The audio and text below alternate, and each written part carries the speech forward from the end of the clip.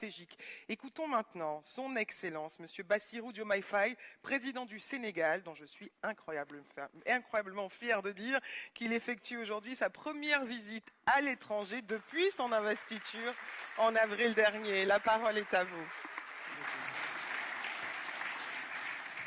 Monsieur le Président de la République française, notre hôte, Monsieur le chef d'État et de gouvernement, Mesdames, Messieurs les ministres, Monsieur le Président de la Commission de l'Union africaine, Monsieur le Président du Conseil d'administration de Gavi, Mesdames, Messieurs les ambassadeurs, distingués invités, Mesdames et Messieurs. Je voudrais tout d'abord remercier les autorités françaises pour l'accueil chaleureux et l'hospitalité qui nous ont été réservés depuis notre arrivée à Paris. Je suis heureux de me joindre à vous aujourd'hui pour participer à cette campagne de mobilisation pour la souveraineté dénommée Lancement de l'accélérateur africain de fabrication de vaccins. Je félicite vivement les organisateurs de cette rencontre, Gavi, l'Alliance mondiale pour le vaccin, l'Union africaine à travers le Centre de contrôle des vaccins CDC Africa et notre hôte, la France, pour leurs efforts au service de la santé publique. Par ma présence à ce forum, j'ai voulu exprimer mon attachement personnel à la santé et la place qu'elle occupe dans l'action de mon gouvernement. L'histoire récente de la pandémie Covid-19 nous a montré combien nous étions vulnérables, mal préparés face aux pandémies et que par conséquent, la santé doit être une priorité permanente. Il y a un peu plus de 4 ans, la Covid avait fortement bouleversé nos systèmes de santé et mis en danger les programmes de vaccination qui étaient alors relégués au second plan, devant l'urgence, évidemment, de lutter contre la pandémie.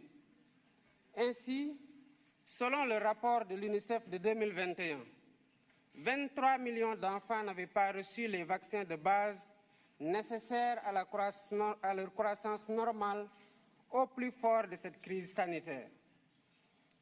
La pandémie avait surtout mis en évidence les disparités structurelles qui existaient déjà entre pays développés et pays en développement en matière de vaccination. Bien que l'Afrique représente environ 20% de la population mondiale, son industrie de vaccins fournit à peine 0,25% de l'offre mondiale. Le continent est encore largement tributaire d'autres régions du monde pour couvrir ses besoins. C'est dire l'immensité de la tâche qui reste à accomplir pour la souveraineté vaccinale de l'Afrique.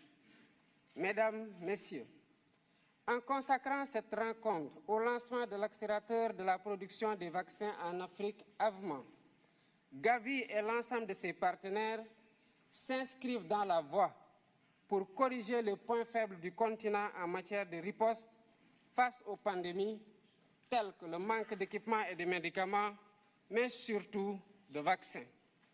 Nous avons vécu cela pendant la pandémie Covid-19 avec l'arrivée tardive et en nombre insuffisant des vaccins. Un des défis majeurs pour l'Afrique aujourd'hui, c'est de produire des vaccins, des médicaments et diagnostics, mais également d'accéder aux plateformes de commercialisation pour participer pleinement à la lutte contre les menaces sanitaires futures. C'est une volonté politique de l'Afrique et nous invitons tous les partenaires à soutenir cet agenda qui constitue une priorité au même titre que les autres priorités liées notamment aux situations de guerre ou de changement climatique. L'Afrique a les capacités de production locale de vaccins. Des pays pionniers s'y sont engagés, dont le Sénégal avec l'Institut Pasteur de Dakar. Je rappelle que cet institut existe au Sénégal depuis un siècle et qu'il a une expérience quasi centenaire dans la fabrication de vaccins. L'Institut Pasteur de Dakar a fabriqué son premier vaccin contre la fièvre jaune en 1937. Ce même vaccin a reçu la préqualification de l'OMS en 1966, donc depuis plus de 50 ans.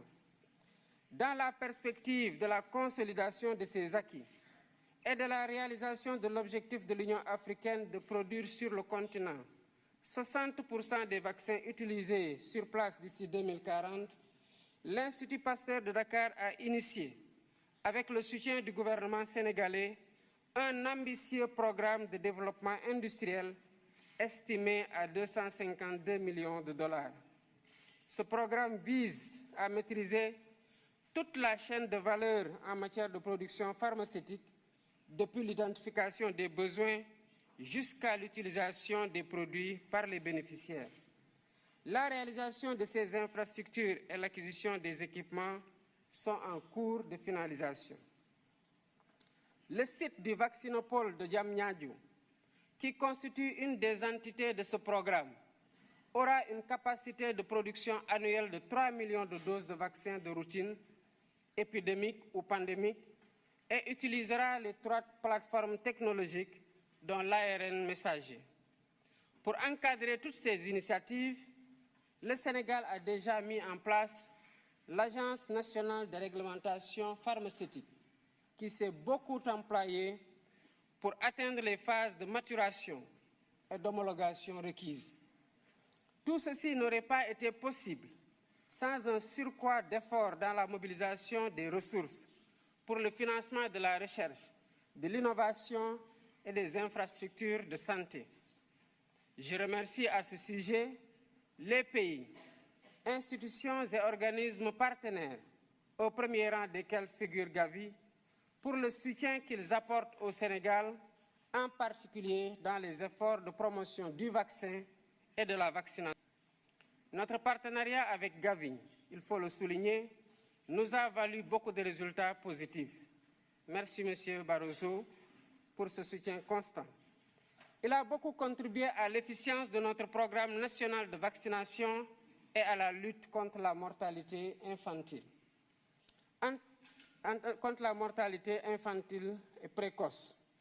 Je sais que Gavi fait la même chose dans d'autres pays avec des rendements aussi appréciés en matière de prévention sanitaire, de prise en charge médicale adéquate et de lutte contre la mortalité précoce.